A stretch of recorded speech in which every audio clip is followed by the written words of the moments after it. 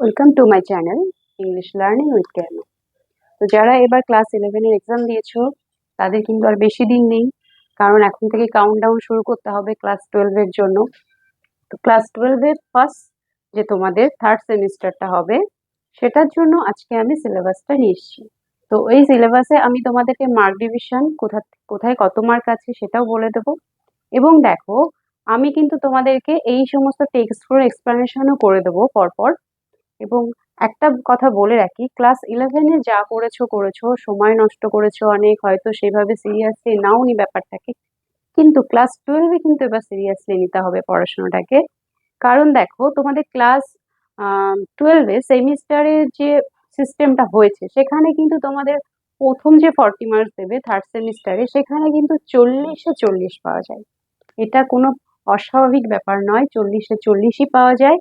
এবং তার জন্য তোমাদেরকে খুব ভালো করে খুঁটিয়ে পড়তে হবে টেক্সটটাকে। কারণ তুমি যদি থার্ড সেমিস্টারে 40-এ 40-ই পেয়ে থাকো, এবং তোমাদের স্কুলে প্রজেক্টে তো থাকছেই 20 মার্ক, টোটাল তো তোমাদের 100 মার্কের মধ্যে 80 মার্ক রিটেন পরীক্ষা। সেই 80 মার্কের মধ্যে থার্ড সেমিস্টারে তোমাদের 40 এবং ফোর্থ সেমিস্টারে তোমাদের 40 মার্কের হবে। তো ফোর্থ সেমিস্টারে 40 মার্কের মধ্যে কিন্তু তোমাদের বেশিরভাগটা হচ্ছে কি ব্রড কোশ্চেন, যেখানে 2 মার্কস এবং 6 মার্কস, সেগুলোতে কিন্তু ফুল মার্কস পাওয়াটা একটু টাফ হয়ে যায়। পাওয়া যায়, চাই না আমি বলছি না, পাওয়া যায়, একটু টাফ হয়, কিন্তু তার থেকে অনেকটা ইজি হয় থার্ড সেমিস্টারে, কারণ এটা এমসিকিউ বেসড। তো এমসিকিউতে 40 পাওয়াটা খুব ইজি ব্যাপার। তো তুমি যদি থার্ড সেমিস্টারে নাম্বারটা এগিয়ে রাখতে পারো, বেশি করে নাম্বারটা তুলে রাখতে পারো, তাহলে ফোর্থ সেমিস্টারে গিয়ে তোমাদের চাপটা একটু কম থাকে, তাই না? তো সেই জন্যই বলছি, এখন থেকেই খুব ভালোভাবে মন দিয়ে পড়াশোনা শুরু করতে হবে। তো দেখো, এখানে কিন্তু 40-এর যে পরীক্ষা তোমরা দেবে, সেই 40-এর মধ্যে তোমাদের প্রোজ যেটা আছে সেখানে কিন্তু 10 মার্ক আছে, পোয়েমে 10 মার্ক আছে, এবং একটা ড্রামা আছে, সেই ড্রামাটা 5 মার্কস, এবং গ্রামারে 5 মার্কস। আর বাকি আছে একটা আনসিন, থাকবে 10 মার্ক সেখান থেকে। তো আমি পরবার আসি। দেখো, তোমাদের প্রোজের যে সেকশনটা আছে সেখানে 3টে প্রোজ আছে, আগে 2টো ছিল আর একটা পরে অ্যাড করেছে। তো সেই 3টে কি, the night train at Deoli, Ruskin বন্ডের ভীষণ রোমান্টিক একটা খুব গল্প, তোমাদের পড়তেও খুব ভালো লাগবে। তারপর দেখো, স্ট্রং রুট আছে, এটা আগের সিলেবাসে ছিল, এপিজে আব্দুল কালামের তার যে অটোবায়োগ্রাফির বেস করে, এটা খুবই ভালো একটা গল্প।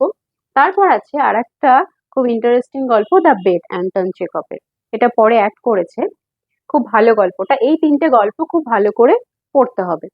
এরপর দেখো, পোয়েট্রির মধ্যে মাত্র 2টো আছে তোমাদের পোয়েট্রি, কোনো চাপ নেই, 2টো পোয়েট্রি খুব ভালোভাবে পড়া যাবে। আওয়ার ক্যাজুরিনা ট্রি, তরু দত্তের, আর হচ্ছে ইউলিসিস, আলফ্রেড টেনিসনের। এই ইউলিসিস গল্পটা কিন্তু তোমাদের শুধু 12-এ নয়, এরপর যারা ইংলিশে অনার্স নেবে কলেজ লেভেলেও কিন্তু এগুলো আছে।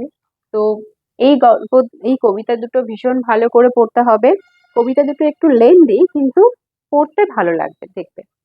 এরপর দেখো, যে ড্রামাটা আছে, তোমাদের একটাই ড্রামা আছে।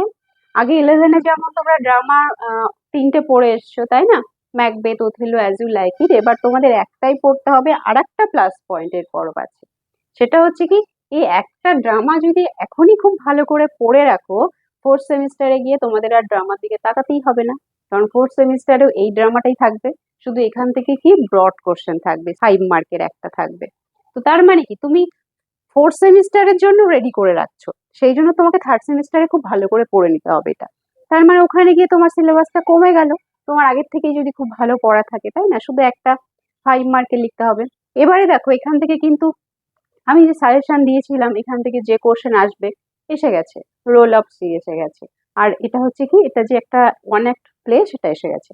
তো বাকি যেটা থাকছে, মারিয়ার ক্যারেক্টার আরো আছে, সেগুলো এখান থেকে ইম্পর্টেন্ট যে কোশ্চেন গুলো আছে, শুধু 2-3টে পড়লেই কমন 5 মার্কের একটা লিখতে হবে, এবং সেটা একদম কমনই চলে আসে। তার মানে তোমাকে শুধু কাজটা কি, এই বছরই তোমাকে, এই সেমিস্টারের জন্য তোমাকে ভালো করে পড়ে নিতে হবে। তো এখান থেকে 5টা থাকবে 1 মার্কের, সবই তোমাদের অপশন দেয়া থাকবে। তোমাদের ভালো করে পড়লে এটাই একটা সুবিধা, তোমাদের কিন্তু চোখের সামনে অপশন গুলো থাকবে, শুধু সঠিকটা কিন্তু দেখবে। ভালো পড়া থাকলে কিন্তু সঠিক অপশনটা ইজিলি পারা যায়।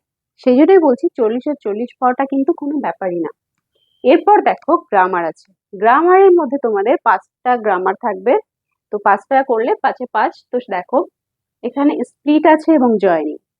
স্প্লিট জয়েনিং এভাবে থাকবে, অর্থাৎ সেন্টেন্স একটা তোমার কমপ্লেক্স থাকবে, সেটাকে স্প্লিট করে সিম্পলে করতে হবে, অথবা স্প্লিট করে দেওয়া আছে সেটাকে জয়েনিং করে কমপ্লেক্স করতে হবে কি সিম্পলে করতে হবে, এরকম অপশন থাকবে।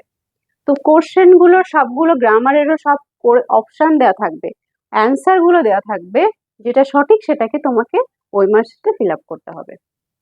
এরপর দেখো ন্যারেশন থাকবে, ইরর কারেকশন থাকবে, ভুল থাকলে সেটা কোথায় ভুল আছে কি ভুল আছে সেটাকে ঠিক করা, আর আর্টিকেল প্রিপোজিশন আছে। এরপর দেখো একটা আনসিন প্যাসেজ, যেটা তোমরা মাধ্যমিক পর্যন্ত করে এসছো। আনসিন একটা প্যাসেজ দেওয়া থাকবে, সেই প্যাসেজ থেকেই কোশ্চেন থাকবে তোমাদের। সেখান থেকে গ্রামাটিক্যাল টাইপেরও থাকতে পারে, আবার যে আনসিনটা দিয়েছে সেখানকার বেস করেও কিন্তু কোশ্চেন থাকতে পারে, তো সেইটা কিন্তু 10 মার্কের। তো এই হচ্ছে 40 মার্ক, অর্থাৎ প্রোজ 10, পোয়েট্রি 10, ড্রামা হচ্ছে 5, গ্রামার 5, 30, আর হচ্ছে আনসিন 10, 40। আর বাকি 10 তো প্রজেক্ট তোমাদের স্কুলের হাতে আছেই। তো এই হচ্ছে টোটাল ক্লাস 12 এর থার্ড সেমিস্টারের সিলেবাস। তো আশা করছি আর সময় নষ্ট না করে এখন থেকেই পড়াশোনা স্টার্ট করে দিতে হবে, কারণ সামনে তোমাদের উচ্চ মাধ্যমিক, তার জন্য এখন থেকেই প্রিপারেশন নিতে হবে। এবং থার্ড সেমিস্টারে যাতে ভালো রেজাল্ট হয়, 40-এ 40 পাওয়া যায়, সেইভাবে পড়াশোনা শুরু করতে হবে। তো ভিডিওটি যদি ভালো লেগে থাকে অবশ্যই লাইক করবে, শেয়ার করবে, এবং যারা যারা এখনো সাবস্ক্রাইব করোনি, সাবস্ক্রাইব করতে একদমই ভুলো না। তোমাদের মোবাইল ফোনে যে বেল বাটনটি আছে সেটাকে প্রেস করে দাও।